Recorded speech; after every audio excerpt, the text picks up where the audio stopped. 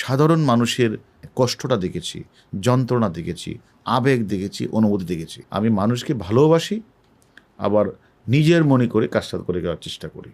ঢাকা মহানগর পুলিশের সাবেক অতিরিক্ত কমিশনার হারুনর রশিদ সম্পদের দিক থেকে পুলিশের সাবেক মহাপরিদর্শক, সাবেক আইজিপি বেনজির আহমেদকেও ছাড়িয়ে গেছেন। বুধবার ২৮ আগস্ট এক প্রতিবেদনে এ তথ্য উঠে এসেছে। জানা যায়, ঢাকার উত্তরা, গাজীপুর, আশুলিয়া ও কক্সবাজারের টেকনাফে অঢেল সম্পত্তির মালিক তিনি। বেশ কয়েকটি বাড়ি, প্লট, হোটেল ও রিসোর্টের মালিকও তিনি। আশুলিয়ার নন্দন পার্কেও তার শেয়ার আছে।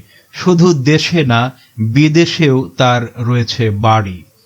দুর্নীতি দমন কমিশন দুদক তার সম্পদের অনুসন্ধান শুরু করেছে, নিষেধাজ্ঞা দিয়েছে ব্যাংকের হিসাব শাখায়। গত ৫ আগস্টের পর থেকে হারুনের খোঁজ মিলছে না। তার বিরুদ্ধে ঢাকায় বেশ কয়েকটি হত্যা মামলা হয়েছে। এদিকে যুক্তরাষ্ট্রের গোয়েন্দা সংস্থা federal bureau of investigation FBI এর সুপারিশে তার স্ত্রীর নামে থাকা ১,৫৩২ কোটি টাকা আটকে গেছে। সেই সঙ্গে মঙ্গলবার হারুন ও তার স্ত্রীর দেশত্যাগে নিষেধাজ্ঞা দিয়েছে আদালত। Bangladesh news today.